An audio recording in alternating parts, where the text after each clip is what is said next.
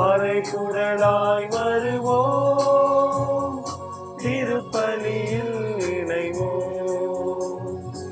இறைக்குலமே எழுவோம், இறையரசை அமைப்போம். மறையுடலாய் வருவோம், திருப்பலியில் இணைவோம்.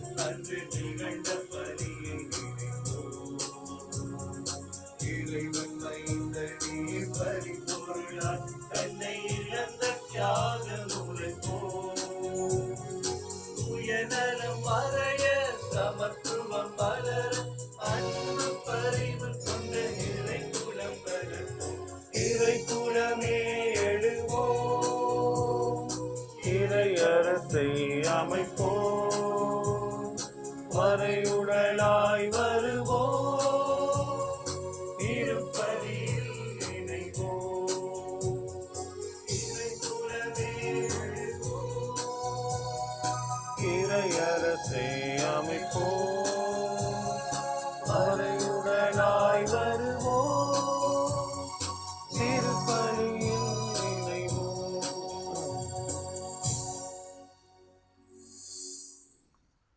தந்தை மகன் தூயாவியாரின் பெயராலே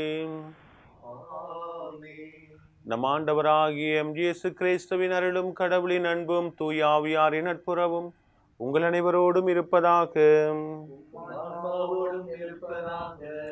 இயேசுவுக்குள் அன்புக்குரிய சகோதர சகோதரிகளே, மீண்டும் ஒரு புதிய நாளிலே, புதிய காலை பொழுதிலே ஆண்டவருடைய கல்வாரி பலியிலே இணைந்து கொண்டிருக்கின்றோம்.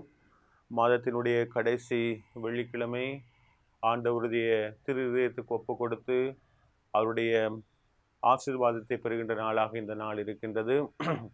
அன்புக்குரியவர்கள், இன்றைய நாளிலே நாங்கள் ஆண்டவருக்கு இந்த நாளுக்காக நன்றி கூறுகின்ற அதே நேரம் எங்களுக்கு தெரியும், நேற்றைய தினம் நேற்று மாலை பொழுதிலே காப்போதா சாதாரண தரை பரீட்சை ஓலெவல் பெறுபேறுகள் வெளியாகியிருந்தன.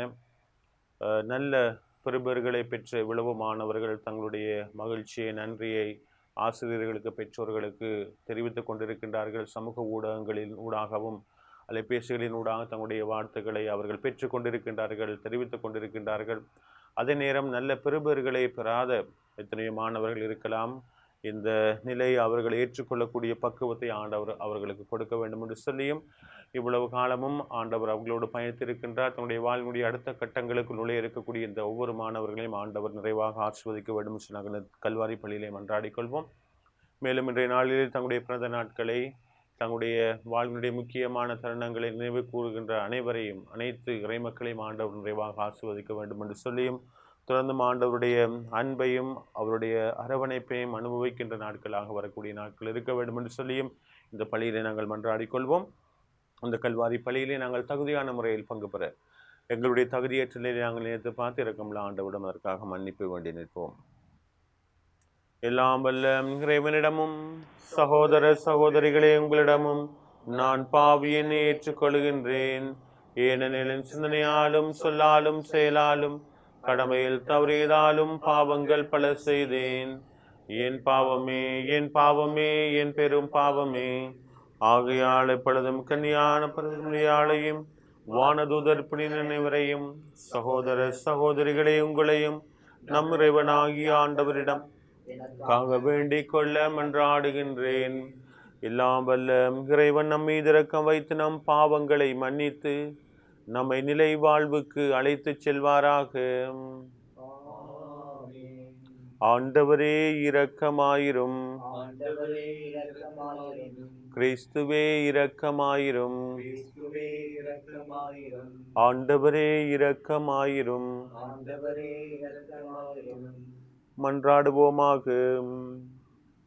இறைவா, உம்மையும் பிறரையும் அன்பு செய்வதில் திருச்சட்டத்தின் எல்லா கட்டளைகளும் அடங்கியிருக்கச் செய்தீரே. உம் கட்டளைகளை கடைபிடிக்கும் நாங்கள் முடிவில்லா வாழ்வுக்கு வந்து சேரும் தகுதி பெற எங்களுக்கு அருள்வீராக. மொடுத்துயாவின் ஒன்றிப்பில் இறைவனாய் என்றென்றும் வாழ்ந்து ஆட்சி செய்கின்ற எங்கள் ஆண்டவரும் மது திருமணமாய கிறிஸ்து வழியாகவுமே மன்றாடுகின்றோம்.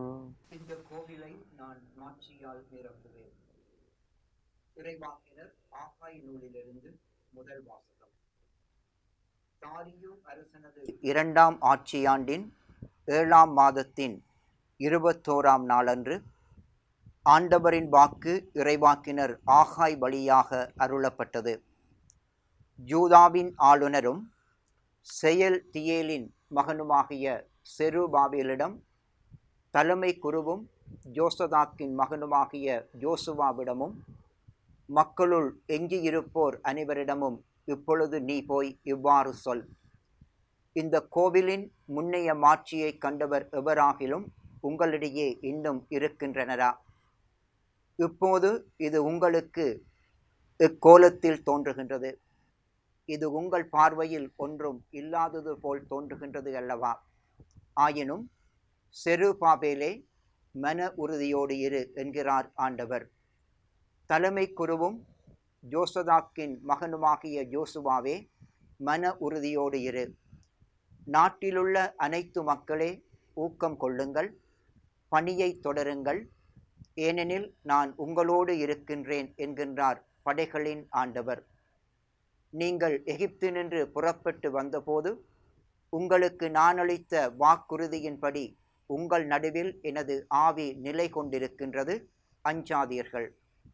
ஏனெனில் படைகளின் ஆண்டவர் கூறுவது இதுவே: இன்னும் சிறிது காலத்தில் நான் விண்ணுலகையும் மண்ணுலகையும் கடலையும் பாலை நிலத்தையும் நடுக்கமுறச் செய்வேன். வேற்றினத்தார் அனைவரையும் நிலை குலையச் செய்வேன். அப்போது வேற்றினத்தார் அனைவரின் விருப்பத்திற்குரியவைகளுள் இங்கு வந்து சேரும். இந்த கோவிலை நான் மாட்சியால் நிரப்புவேன் என்கின்றார் படைகளின் ஆண்டவர். வெள்ளி எனக்குரியது, பொன்னும் எனக்குரியது என்கின்றார் படைகளின் ஆண்டவர். இந்த கோவிலின் முன்னைய மாட்சியை விட பின்னைய மாட்சி மிகுதியாய் இருக்கும் என்கிறார் படைகளின் ஆண்டவர். இந்த இடத்தில் நான் நலம் நல்குவேன் என்கின்றார் படைகளின் ஆண்டவர். இது ஆண்டவர் வழங்கும் அருள்வாக்கு. பதிலுரை: கடவுளின் மீட்பு செயல்களுக்காக அவருக்கு நன்றி செலுத்துவேன். கடவுளின் மீட்பு செயல்களுக்காக அவருக்கு நன்றி செலுத்துவேன்.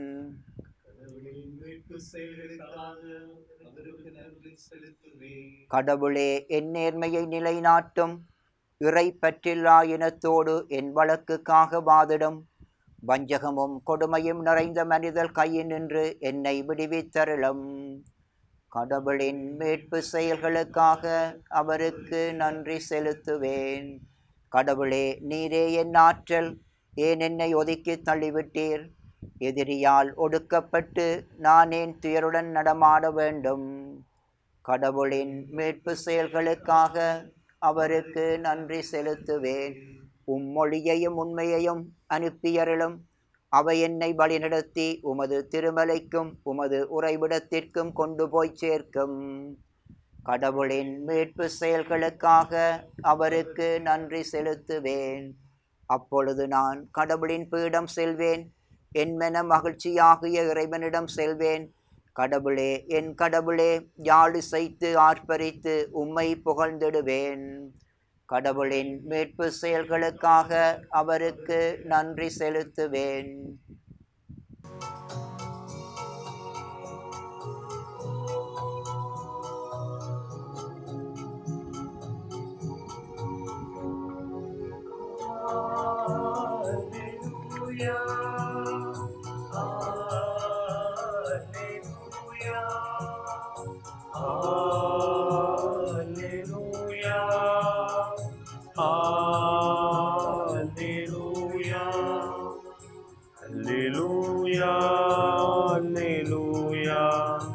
Alleluia, alleluia, alleluia,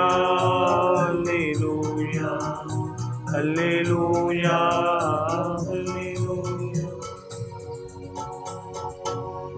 மானிட மகன் தொன்று ஆற்றுவதற்கும் பலருடைய மீட்புக்கு ஈடாக தம் உயிரை கொடுப்பதற்கும் வந்தார். அல்லேலூயா. அல்லேலூயா. அல்லேலூயா. அல்லேலூயா.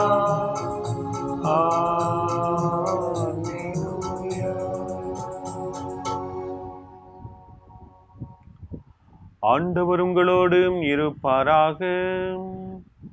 ஆன்மாவோடும் இருப்பாராக. தூய லூக்கா எழுதிய நற்செய்தியிலிருந்து வாசகம். ஆண்டவரே மாட்சி உமக்கே. லூக்கா நற்செய்தி அதிகாரம் 9 திருவசனங்கள் 18 தொடக்கம் 22 வரை. அக்காலத்தில் இயேசு தனித்து இறைவனிடம் பேசிக் கொண்டிருந்த போது சீடர் மட்டும் அவரோடு இருந்தனர். அப்போது அவர்களிடம், நான் யார் என மக்கள் சொல்கின்றார்கள் என்று அவர் கேட்டார். அவர்கள் மறுமொழியாக, சிலர் திருமுழுக்கு யோவான் எனவும், வேறு சிலர் எலியா எனவும், மற்றும் சிலர் முற்காலத்து இறைவாக்கினருள் ஒருவர் உயிர்த்தெழுந்துள்ளார் எனவும் சொல்கின்றனர் என்றார்கள். ஆனால் நீங்கள் நான் யார் என சொல்கின்றீர்கள் என்று அவர்களிடம் அவர் கேட்டார். பேதுரு மறுமொழியாக, நீர் கடவுளின் மெசியா என்று உரைத்தார். இதை யாரிடமும் சொல்ல வேண்டாம் என்று அவர்களிடம் அவர் கண்டிப்பாய் கூறினார். மேலும் இயேசு, மானிட மகன் பலவாறு துன்பப்படவும், மூப்பர்கள், தலைமை குருக்கள், மறைநூல் அறிஞர் ஆகியோரால் உதறி தள்ளப்பட்டு கொலை செய்யப்படவும், 3ஆம் நாளில் உயிருடன் எழுப்பப்படவும் வேண்டும் என்று சொன்னார். இது வாழ்வு தரும் கிறிஸ்துவின் நற்செய்தி.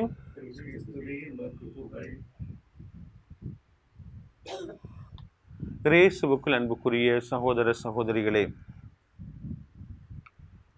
இந்த உலகில் வாழ்கின்ற ஒவ்வொரு மனிதனும் ஏதோ ஒன்றை தேடிக்கொண்டிருக்கின்றான். மனித வாழ்வை தேடல் என்று சொல்லலாம். அதான் ஒரு கவிஞன் மிகவும் அழகாக பாடுவான். தேடல் உள்ள உயிர்களுக்கே தினமும் பசி இருக்கும், தேடல் என்பது உள்ளவரை வாழ்வில் பொருள் இருக்கும் என்று கூறுகின்றான். ஆனால் இந்த தேடல் 2 வகைப்படும் அன்புக்குரியவர்களே. ஒன்று அகத்தேடல், அடுத்தது புறத்தேடல். பல மனிதர்கள் புறத்தேடலில் ஈடுபட்டு கொண்டிருக்கின்றார்கள். வாழ்வின் அர்த்தத்தை தேடுகின்ற சில மனிதர்கள் அகத்தேடலில் இருக்கின்றார்கள். புறத்தேடல் என்று சொல்லுகின்ற பொழுது எங்களுக்கு தெரியும், பணத்திற்கான தேடல், பதவிக்கான தேடல், அங்கீகாரத்திற்கான தேடல், பாராட்டுதலுக்கான தேடல். எனக்கு காணி வேணும், சொத்து வேண்டும், நான் அங்கீகரிக்கப்பட வேண்டும், நான் பெருமைப்படுத்தப்பட வேண்டும் என்ற அந்த மனிதனுடைய தேவைகள் புறத்தேடலாக இருக்கின்ற பொழுது, வாழ்விலே அகத்தேடலை தேடுகின்ற மனிதர்களை நாங்கள் பார்க்கின்ற பொழுது, உள்ளத்தின் ஆழத்தில் அவர்கள் சென்று, நான் யார், கடவுள் ஏன் என்னை படைத்தார், என்னுடைய இந்த மானிட வாழ்விற்கான அர்த்தம் என்ன, நான் எதை செய்ய வேண்டும் என்று கடவுள் விரும்புகின்றார் என்ற அந்த அகத்தேடலில் இருக்கக்கூடிய சில மனிதர்களையும் நாங்கள் பார்த்து கொண்டிருக்கின்றோம். அன்புக்குரிய சகோதர சகோதரிகளை, இன்றைய நற்செய்தி வாசகத்தை நாங்கள் பார்க்கின்ற பொழுது, இந்த தேடலினுடைய ஒரு வெளிப்பாடாகத்தான் ஆண்டவர் இயேசு தனிமையில் வேண்டிக் கொண்டிருக்கின்றார். தனிமையில் வேண்டிக் கொண்டிருக்கக்கூடிய ஆண்டவர் இயேசு தன்னுடைய சீடர்களை பார்த்து தன்னுடைய தேடலினுடைய ஒரு கேள்வியாக அவர் கேட்கின்றார். நான் யார் என்று நீங்கள் சொல்கின்றீர்கள், நான் யார் என்று மற்றவர்கள் சொல்கின்றார்கள் என்று 2 கேள்வி கேட்பதை நாங்கள் பார்க்கின்றோம். அன்புக்குரிய சகோதர சகோதரிகளை, பாருங்கள், அந்த மானிட மகனிற்கும் நான் யார் என்ற அந்த தேடல் ஆழமாக இருப்பதை நாங்கள் இந்த நற்செய்தியை நாங்கள் பார்த்து கொண்டிருக்கின்றோம். நான் யார் என்ற தேடல் பாருங்கள். அவர் இறைமகனாக இருந்தாலும், இறைவனுடைய திட்டத்தை நிறைவேற்றுவதற்காக தன்னுடைய தந்தையால் அனுப்பப்பட்டார் என்ற அந்த தெளிவு இருந்தாலும், இன்னும் அந்த தேடல் அவருக்குள் இருப்பதை நாங்கள் பார்க்கின்றோம். ஆக இந்த தேடல் எங்கள் ஒவ்வொருவருக்கும் இருக்க வேண்டும். கடவுளுடைய பிள்ளையாக நான் படைக்கப்பட்டிருக்கின்றேன், நான் யார், ஏன் கடவுள் என்னை இந்த உருவாக்கினார் என்ற அந்த தேடல் எங்களுக்கு இருக்கின்ற பொழுதுதான் வாழ்வினுடைய அர்த்தத்தை நாங்கள் கண்டு கொள்ளலாம் என்பதை ஆண்டவர் இயேசு மிகவும் அழகாக கூறுவதை நாங்கள் பார்க்கின்றோம். அன்புக்குரியவர்களே, இந்த தேடல் பாருங்கள், 2 விதமான கேள்வியை ஆண்டவர் அப்போஸ்தலர்களை பார்த்து கேட்கின்றார். அதில் எப்போ கேட்கிறான்னு சொல்ல, தனிமையில் வெயிட்டிங் கொண்டிருக்கின்ற பொழுது பாருங்கள், ஆரவாரத்தோடும் பெரிய பெரிய சத்தங்களோடும் பெரிய பெரிய மேலதாள சத்தங்களோடும் பெரிய ஆரவாரத்தோடும் அதற்கு மத்தியில் ஆண்டவர் இந்த கேள்வியை கேட்கவில்லை. அவர் தனிமையில் மௌனத்தில் தந்தையோடு உரையாடி கொண்டிருக்கின்றார். அதனுடைய ஒரு வெளிப்பாடாக இந்த கேள்வி அவருக்குள் இருந்து எழுவதை நாங்கள் பார்க்கின்றோம். 2 கேள்வியை கேட்கின்றார். முதலாவது கேட்கின்றார், தன்னுடைய சீடர்களை பார்த்து, நான் யார் என மக்கள் சொல்கின்றார்கள். அது ஒரு கேள்வி. பொதுவாக ஆண்டவர் இயேசு என்று அவர்கள் கேள்விப்பட்டிருப்பார்கள். கலிலேயாவில் இருந்து வந்த ஒரு இயேசு என்று சொல்லக்கூடிய அந்த மனிதன் புதுமைகள் செய்கின்றாராம், போதிக்கின்றாராம், அற்புதங்கள் செய்கின்றாராம் என்று மக்கள் பேசுவார்கள். அவர்கள் சில தகவல்களை பெற்றிருப்பார்கள். அந்த தகவல்களை வைத்து அவர்கள் யார் என்று சொல்கின்றார்கள் என்ற ஒரு கேள்வியை கேட்கின்றார். அடுத்ததாக கேட்கின்றார், நீங்கள் யார் என நீங்கள் நான் யார் என சொல்கின்றீர்கள் என்ற ஒரு கேள்வியை கேட்கின்றார். 2 கேள்விக்கும் நிறைய வித்தியாசங்கள் இருக்கின்றது. மக்கள் என்று பார்க்கின்ற பொழுது மக்கள் ஆண்டவரை பற்றிய தகவல்களை மட்டும் மையப்படுத்தி அல்லது சில அனுபவங்களை மட்டும் மையப்படுத்தி இயேசு இவர்தான் என்ற ஒரு தெளிவை பெற்றிருப்பார்கள், ஒரு அறிவை பெற்றிருப்பார்கள். ஆனால் அதையும் தாண்டி இந்த 12 சீடர்களும் ஆண்டவரோடு உணவருந்துகின்றார்கள், அவரோடு செல்லுகின்ற இடமெல்லாம் செல்கின்றார்கள், அவரோடு வாழ்வை பகிர்ந்து கொள்கின்றார்கள், அவருடைய போதனைகளை கேட்கின்றார்கள், அவர் நோயாளிகளை தொடுவதை, அவர்கள் குணமாகுவதை, அவருடைய போதனைகளை நேரடியாக கண்டு அனுபவித்தவர்கள். அந்த அனுபவத்தினுடைய வெளிப்பாடாக ஆண்டவர் கேட்கின்றார், நீங்கள் என்ன யார் என்று சொல்கின்றீர்கள் என்ற ஒரு கேள்வியை கேட்கின்றார். அதற்கு தான் ராயப்பர் உடனடியாக சொல்வதை நாங்கள் பார்க்கின்றோம். அவர் சொல்கின்றார், நீர் கடவுளின் மெசியா என்று கூறுகின்றார். அன்புக்குரிய சகோதர சகோதரிகளே, இன்றைய நாளிலே ஆண்டவர் எங்கள் ஒவ்வொருவரையும் பார்த்து இந்த கேள்வி கேட்பதாக நான் நினைக்கின்றேன். அதாவது பல பேர் கிறிஸ்துவை பற்றிய தகவல்களை பெற்று, எனக்கு கிறிஸ்துவை பற்றி தெரியும் என்று சொல்லலாம். சில பேர் மார்தட்டி கொள்ளலாம், கிறிஸ்துவை பற்றியும் விவிலியத்தை பற்றியும் நான் கலாநிதி பெற்றிருக்கின்றேன், நான் நிறைய படிப்புகள் படித்திருக்கின்றேன், நிறைய புத்தகங்களை வாசித்திருக்கின்றேன், ஆண்டவரை பற்றி எனக்கு தெரியும் என்று சொல்லலாம். நிறைய போதனைகளை அவர்கள் சொல்லலாம், நிறைய ஆக்கங்களை அவர்கள் எழுதலாம், கிறிஸ்துவை பற்றிய ஒரு அறிவை அவர்கள் பெற்றிருக்கலாம். ஆனால் ஆண்டவர் எங்கள் ஒவ்வொருவரை பார்த்து கேட்கின்ற கேள்வி என்னவென்று சொன்னால், உங்களுக்கு நான் யார்? ஒரு இறை அனுபவத்தை, இயேசு அனுபவத்தை அவர் எதிர்பார்த்து நிற்கின்றார் என்பதை நாங்கள் மறந்துவிடக்கூடாது. அன்புக்குரிய சகோதர சகோதரர்களே, ஆண்டவரால் நான் தொடப்படுகின்றேன், ஆண்டவரை நான் அனுபவித்திருக்கின்றேன் என்ற அந்த உள்ளார்ந்த இறை அனுபவத்தை, இயேசு அனுபவத்தை அவர் எதிர்பார்க்கின்றார். ஆம், நான் கண்டேன், விசுவசிக்கின்றேன் என்ற அந்த தோமையாருடைய விசுவாச வெளிப்பாடு, மகதலா மரியாள் 3ஆம் நாள் ஆண்டவருடைய இறப்புக்கு பிறகு போய் கல்லறையை வேற்று கல்லறையை பார்க்கின்றார். உயிர்த்த ஆண்டவரை பார்த்து நான் கண்டேன், நம்பினேன், விசுவசித்தேன் என்ற அந்த விசுவாச வெளிப்பாடுகள், ஆண்டவரால் தொடப்பட்டு நான் குணமாக்கப்பட்டேன் என்ற அந்த குணமாக்குகின்ற அந்த விசுவாச வெளிப்பாடுகள், ஆக அந்த இறை அனுபவத்தை, விசுவாச வெளிப்பாட்டை ஆண்டவர் என்னிடமிருந்து எதிர்பார்க்கின்றார் என்பதை நாங்கள் மறந்துவிடக்கூடாது. அன்புக்குரிய சகோதர சகோதரிகளே, எனவே கிறிஸ்து என்பவர் எனக்கு யார்? இவர் வெறும் ஒரு கடவுளை பற்றிய ஒரு அறிவோடு மட்டும் நின்று விடுகின்றாரா? அல்லது எனக்கு கிடைக்கின்ற சில தகவல்களை மட்டும் மையப்படுத்தி, அல்லது நான் திருப்பலிக்கு போகின்றேன், கருத்தரங்குகளுக்கு போகின்றேன், குருவானவர்களும் படித்தவர்களும் கிறிஸ்துவை பற்றி போதிக்கின்றார்கள், அதை மட்டும் மையப்படுத்தி கிறிஸ்து என்றால் எனக்கு என்ற அந்த அறிவோடு என்னுடைய அறிவு நின்று விடுகின்றதா? அதையும் தாண்டி அந்த கிறிஸ்து அனுபவம், கிறிஸ்துவால் தொடப்படுகின்ற அனுபவத்தால் நான் ஆட்கொள்ளப்படுகின்றேனா என்ற ஒரு கேள்வியை இன்றைய நாளிலே ஆண்டவர் எங்கள் ஒவ்வொருவரையும் பார்த்து கேட்கின்றார். அன்புக்குரிய சகோதர சகோதரிகளே, கிறிஸ்தவ மதத்துக்கு சேர்ந்த ஒரு சாதாரண ஒரு மனிதனுடைய கதை. அவர் கிறிஸ்துவை அறியாதவராக இருக்கின்றார். ஆனால் கிறிஸ்துவால் தொடப்பட்டு ஒரு சாதாரண மனிதன் கிறிஸ்தவனாக மாற்றமடைகின்றான். அப்பொழுது நன்கு படித்தவர் என்று தன்னை காட்டிக்கொள்ளுகின்ற, கிறிஸ்துவத்தை பற்றியும் கிறிஸ்துவை பற்றி எனக்கு நல்லாக தெரியும் என்று மார்தட்டி கொள்ளுகின்ற ஒருவர் அவரிடம் கேட்கின்றார், தம்பி, நீ கிறிஸ்தவ மதத்துக்கு வந்துட்டா, கிறிஸ்துவுக்கு என்ன தெரியும், கிறிஸ்தவத்தை பற்றி என்ன தெரியும், நான் சில கேள்வி கேட்குறேன், பதில் சொல்லு கேட்கின்றார். அவர் கேட்குறார், ஆண்டவர் இயேசு பிறந்த ஊர் எதுன்னு சொல்லி கேட்கின்றார். அவர் சொல்கிறாரு, ஐயா எனக்கு அதை பற்றி ஒன்றும் தெரியாதுன்னு சொல்கிறார். ஒரு நகட்டு சிரிப்பு. அதுக்கு பிறகு கேட்குறார், சரி பரவாயில்ல, அவரோட பெற்றோரோட பேராவது தெரியுமா, அவரோட தாயோட பேராவது தெரியுமா சொல்லுகின்ற பொழுது அதுக்கும் சொல்கிறாரு, எனக்கு ஒன்றும் தெரியாது ஐயான்னு சொல்கிறார். பிறகு கேட்குறார், சரி அதாட்டி பரவாயில்ல, அவருக்கு எத்தனை சீடர்கள் இருந்தாங்க, அவர் செய்த ஏதாச்சும் ஒரு பணி, ஒரு ஒரு ஒரு வார்த்தையை சொல்லுகின்ற பொழுது சொல்கிறார், அவரை பற்றி ஒரு தகவலும் எனக்கு தெரியாது ஐயா கேட்கின்ற பொழுது இவர் நகைப்பு சிரித்து விட்டு கேட்குறார், அப்படின்னா என்னென்று நீ கிறிஸ்தவன் என்று நீ சொல்லிக் கொள்கின்றாய், கிறிஸ்தவ மதத்தில் இருந்திருக்கின்றாய், கிறிஸ்துவை பற்றி உனக்கு ஒன்றுமே தெரியாது என்று கேட்கின்ற பொழுது அவர் சொல்கின்றார், ஐயா கிறிஸ்துவை அறிவதற்கு முன்பு நான் ஒரு பயங்கர குடிகாரன், என்னுடைய உள்ளத்தில் மகிழ்ச்சி இல்லை, சந்தோஷம் இல்லை, வீட்டுக்கு போனால் மனைவிக்கு பயம், பிள்ளைகள்லாம் பயந்து ஓடி போய் ஒளிஞ்சிருவாங்க, நான் என்ன செய்கிறேன்னு சொல்லி எனக்கு தெரியாது, சமுதாயத்தால் ஒரு அங்கீகாரம் இல்லை, என்னை பார்த்தா ஒரு ஏளனமாக பார்ப்பார்கள், குடிகாரன் வாரான், பொல்லாதவன் வாரான் என்று மக்கள் என்னை மட்டம் தட்டினார்கள், ஒரு அங்கீகரிப்பு இல்லை, என்னுடைய வாழ்வில் ஒரு அர்த்தம் இல்லை, எப்படியான நிலையில் தான் நான் வாழ்ந்து கொண்டிருக்கின்றேன். ஆனால் கிறிஸ்துவை அறிந்த பின்பு என்னுடைய வாழ்விலே அவ்வளவு ஒரு மகிழ்ச்சி, ஒரு மாற்றம். நான் இப்பொழுது குடிப்பதில்லை, நான் அன்றாடம் வேலை செய்து அதை அப்படியே குடும்பத்துக்காக செலவழிக்கின்றேன், மற்றவர்களுக்கு உதவி செய்கின்றேன், இறை அன்பை நான் வாழ வேண்டும் என்று நான் அதிகமாக நான் தியானிக்கின்றேன், ஆண்டவர் என்னை அன்பு செய்கின்றார், என்னுடைய கஷ்டங்கள் துன்பங்களுக்கு மத்தியிலும் அவர் என்னோடு பயணிக்கின்றார் என்ற அந்த தன்னம்பிக்கையோடு நான் வாழ்ந்து கொண்டிருக்கின்றேன், அந்த அளவுக்கு எனக்கு கிறிஸ்து தெரியும் என்று சொல்லுகின்றார். அன்புக்குரிய சகோதர சகோதரிகளே, நீங்கள் யார் என என்னை சொல்லுகின்றீர்கள் என்ற அந்த ஆண்டவர் இயேசுவினுடைய இந்த கேள்விக்கு எங்களுடைய அனுபவம் தான் பதிலாக இருக்க வேண்டும் என்பதை நாங்கள் மறந்துவிடக்கூடாது. இயேசு என்னோடு இருக்கின்றார், நான் அவரை கண்டேன், விசுவாசித்தேன், வாழ்ந்து கொண்டிருக்கின்றேன் என்ற விசுவாச வெளிப்பாடு என்னில் இருக்கின்றதா என்ற ஒரு கேள்வியை கேட்டு பார்ப்போம். அந்த தேடல் எங்களுக்குள் இருக்கின்றதா என்ற ஒரு கேள்வியை கேட்டு பார்ப்போம்.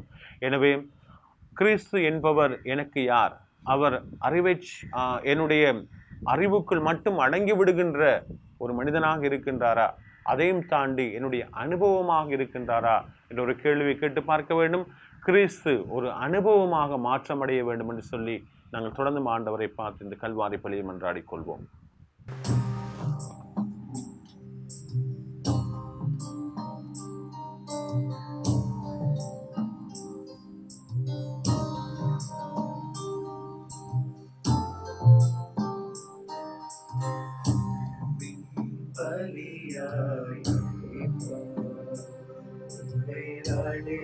ஆண்டவர் வாழ்வழிக்கும் நோக்கமாக மாறும்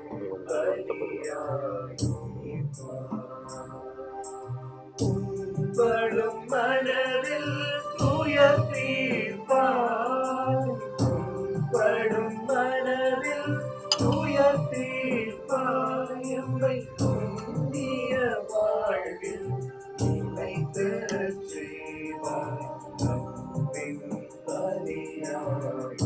ஆண்டவரின் ரசத்தை பெற்று திராட்சை செடி மனிதர்கள் இந்த ரசத்தை ஒப்பு கொடுக்கின்றது, எங்களுக்கு வாழ்வழிக்கும் பானமாக மாறும்.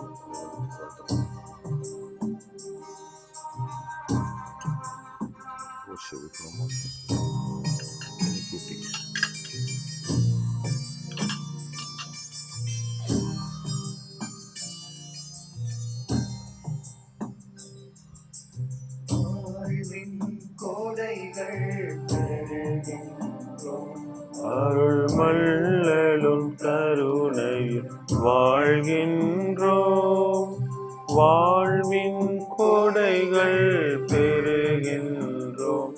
அருள் வள்ளலும் கருணை வாழ்கின்றோம், முழு முதல் தலைவா இறங்குகின்றோம், முழு முதல் தலைவா இறங்குகின்றோம். எம்மை திருப்பலி பொருளால் தருகின்றோம், அன்பின் பலியாயிப்பார். அணுகிடும் எளியவர் வேண்டுதல் கேட்பாய், அன்பின் பலியாயிப்பார்.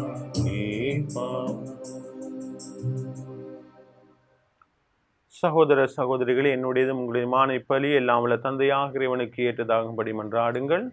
ஆண்டவர் தமது திருப்பெயரின் புகழ்ச்சிக்காகவும் மாட்சிக்காகவும் நமது நன்மைக்காகவும் புனித திருச்சபை அனைத்தின் நன்மைக்காகவும் உமது கையிலிருந்து இப்பலியை ஏற்றுக்கொள்வாராக. ஆண்டவரே, மக்களின் காணிக்கைகளை கனிவுடன் ஏற்றருள உம்மை வேண்டுகின்றோம். அதனால் நம்பிக்கையோடும் பக்தியோடும் அவர்கள் எவற்றை அறிக்கையிடுகின்றார்களோ அவற்றை விண்ணக அருளடையாளங்களால் பெற்றுக்கொள்வார்களாக. எங்கள் ஆண்டவராகிய கிறிஸ்து வழியாக உம்மை மன்றாடுகின்றோம்.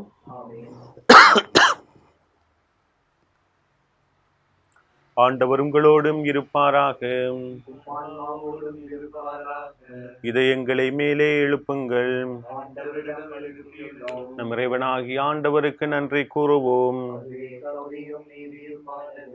ஆண்டவரே, தூயவரான தந்தையே, என்றும் உள்ள எல்லாம் வல்ல இறைவா, எங்கள் ஆண்டவராகிய கிறிஸ்து வழியாக எந்நாளும் இவ்விடத்திலும் நாங்கள் உமக்கு நன்றி செலுத்துவது மெய்யாகவே தகுதியும் நீதியுமாகும், எங்கள் கடமையும் மீட்புக்குரிய செயலுமாகும்.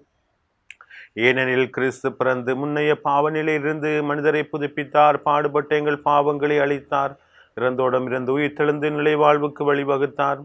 தந்தை அவருமிடம் விண்ணறி வந்து விண்ணகத்தின் கதவுகளை திறந்து வைத்தார். ஆகவே வானதூதர் அணிகளோடும் புனிதரின் பெருந்திரளோடும் நாங்களும் சேர்ந்து உமக்கு புகழ்ச்சி பண்ணி செய்து முடிவின்றி சொல்வதாவது: வான்படைகளின் கடவுளாம் ஆண்டவர், விண்ணகமும் மன்னகமும் உமது மாட்சியால் நிறைந்துள்ளன. உன்னதங்களிலே ஓசானா. ஆண்டவர் பேரால் வருபவர் ஆட்சி பெற்றவர். உன்னதங்களிலே ஓசானா. ஆண்டவரே, நீர்மையாகவே தூயவர், தூய்மை அனைத்திற்கும் ஊற்று. ஆகவே உம்முடைய ஆவியை பொழிந்து காணிக்கைகளை தூய்மைப்படுத்த உம்மை வேண்டுகின்றோம். இவ்வாறு எங்கள் ஆண்டவர் இயேசு கிறிஸ்துவின் உடலும் இரத்தமுமாக எங்களுக்கு இவை மாறுவனவாக. அவர் பாடுபட உளம் கனிந்து தம்மை கையளித்த போது அப்பத்தை எடுத்து நன்றி செலுத்தி அதை பிட்டு தம் சீடர்களுக்கு அளித்து கூறியதாவது: அனைவரும் இதிலிருந்து பெற்று உண்ணுங்கள், ஏனெனில் இது உங்களுக்காக கையளிக்கப்படும் என் உடல்.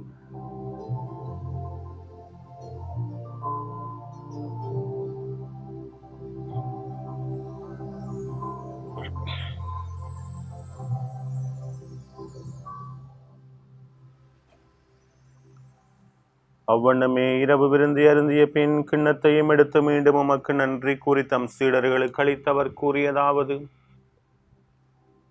அனைவரும் இதிலிருந்து பெற்று பருகுங்கள், ஏனெனில் புதிய நிலையான உடன்படிக்கைக்குரிய என் இரத்தத்தின் கிண்ணம்.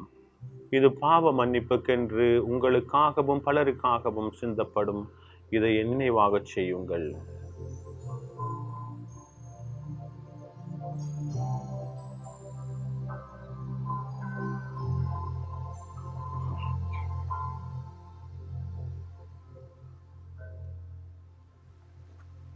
நம்பிக்கையின் மறைபொருள்.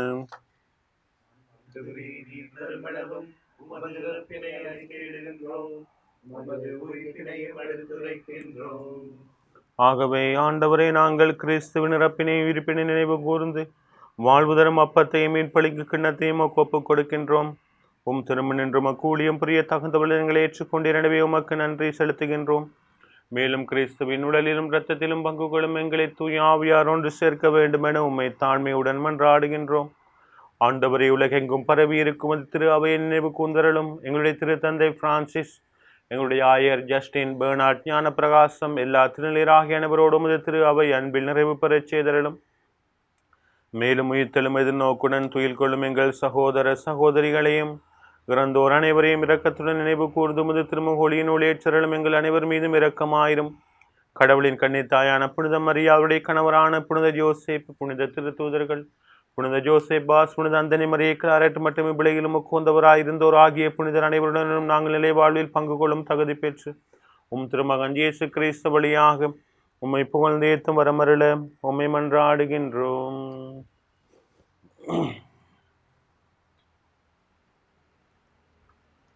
இவர் வழியாக இவரோடு இவரில்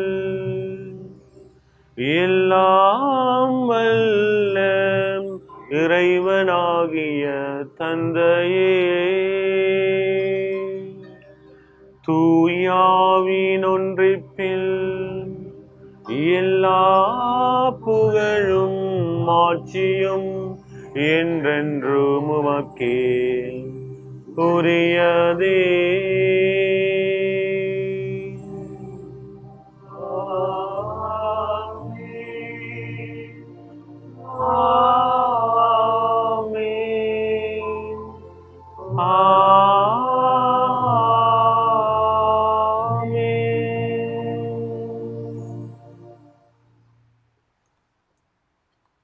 மீட்பரின் கட்டளையால் கற்பிக்கப்பட்டு இறைப்படிப்பணியால் பயிற்சி பெற்ற நாம் துணிந்து சொல்லுவோம். உமது பெயர் தூயதென போற்ற பெறுக, உமது ஆட்சி வருக, உமது திருவிழம் விண்ணுலகில் நிறைவேறுவது போல மண்ணுலகிலும் நிறைவேறுக. எங்கள் அன்றாட உணவை இன்று எங்களுக்கு தாரும். எங்களுக்கு எதிராக குற்றம் செய்வோரை நாங்கள் மன்னிப்பது போல எங்கள் குற்றங்களை மன்னியும். எங்களை சோதனைக்குட்படுத்தாதையும் தீமையிலிருந்து எங்களை விடுவித்தரணும். ஆண்டவரே, தீமையிலிருந்தும் எங்களை விடுவித்து எங்கள் வாழ்நாளில் அமைதியை கனிவுடன் அருள உம்மை மன்றாடுகின்றோம். உமது இரக்கத்தினால் நாங்கள் பாவத்திலிருந்து எப்போதும் விடுதலை பெற்று யாதொரு கலக்கமுமின்றி நலமாய் இருப்போமாக. நாங்கள் எதிர்நோக்கி இருக்கும் பேரின்பத்திற்காகவும் மீட்பராகிய இயேசு கிறிஸ்துவின் வருகைக்காகவும் காத்திருக்கின்றோம்.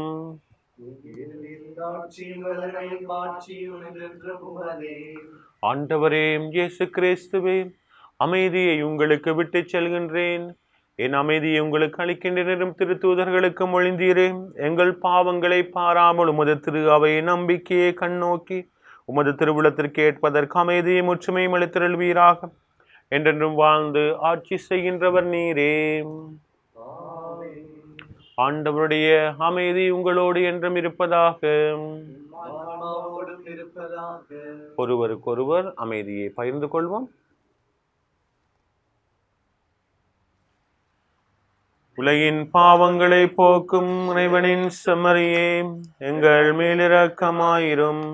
உலகின் பாவங்களை போக்கும் இறைவனின் செம்மறியே, உலகின் பாவங்களை போக்கும் இறைவனின் செம்மறியே, எங்களுக்கு அமைதியை அளித்திடும். பாதுகாப்பாகவும் அருள்மளிக்கும் மருந்து மருந்தாகவும் இருப்பனவாக.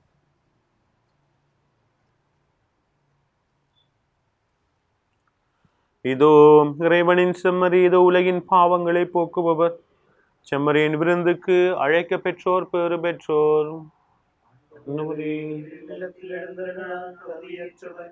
ஆனால் ஒரு வார்த்தை மட்டும் சொல்லியறலும் எனது ஆன்மா நலமடையும். கிறிஸ்துவின் திருவுடலும் திருரத்தமும் என்னை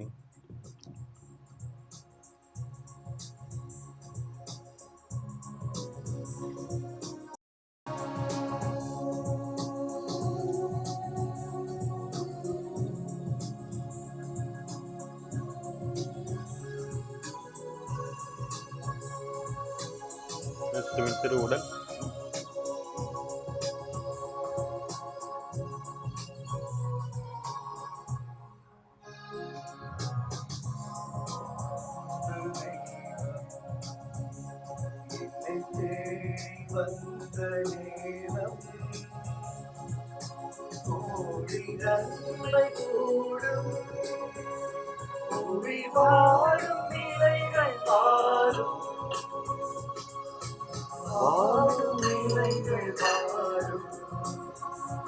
இந்த வான தேவன் தந்த வாழ்வு பாரு.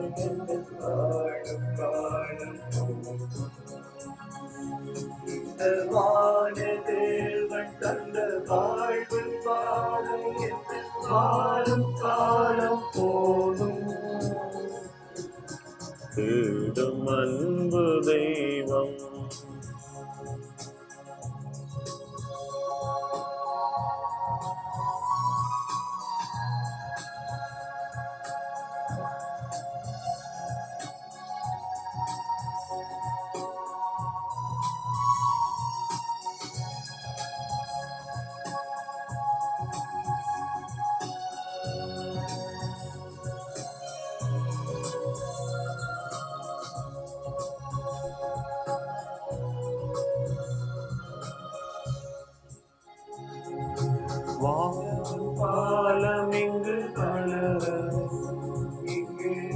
இறைவனாக்கு மலர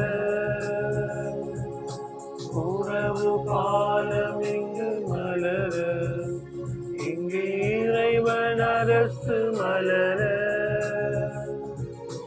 உதயமாகி வந்த இதயம் யாவும் தந்து உலகம் வாழ வைத்த இறைவன் உதயமாகி வந்த இதயம் யாவும் தந்து உலகம் வாழ வைத்த இறைவன் ஞானம் பார்த்த கலைஞன் இந்த வானதேவன் தந்த வாழ்வு பாதையில் வாழும் காலம் போதும் இந்த வானதேவன் தந்த வாழ்வு பாதை எந்த வாழும் காலம் போதும்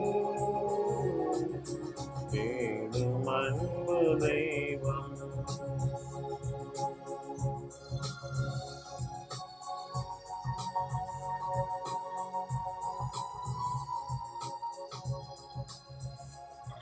நல்ல ஆயன் நானே என்கின்றார் ஆண்டவர். நான் என் ஆடுகளை அறிந்திருக்கின்றேன், என் ஆடுகளும் என்னை அறிந்திருக்கின்றன. நன்றி கூறி மன்றாடுவோமாக. ஆண்டவரையும் அருளடையாளங்களால் புத்துயிர் பெற்ற எங்களுக்கு உமது இடையராத உதவியை கனிவுடன் என்றும் அருள்வீராக. அதனால் மீட்பின் பயனை மறை நிகழ்வுகளிலும் அன்றாட வாழ்விலும் பெற்றுக் கொள்வோமாக. எங்கள் ஆண்டவராகிய கிறிஸ்து வழியாகவே மன்றாடுகின்றோம். ஆண்டவர் உங்களோடும் இருப்பாராக. எல்லாம் வல்ல இறைவன் தந்தை மகன் தூய ஆவியார் உங்கள் ஒவ்வொருவரின் நிறைவாக ஆசீர்வதிப்பாராக. கிறிஸ்துவின் அன்பு சீடர்களாக சென்று வாழுவோம். திருப்பலி நிறைவேறிற்று.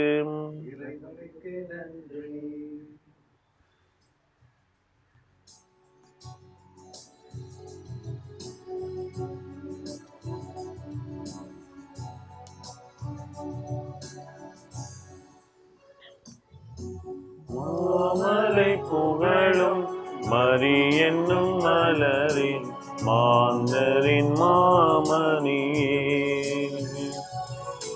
மாமலை புகழும் மரி என்னும் மலரின் மாந்தரின் மாமணியே.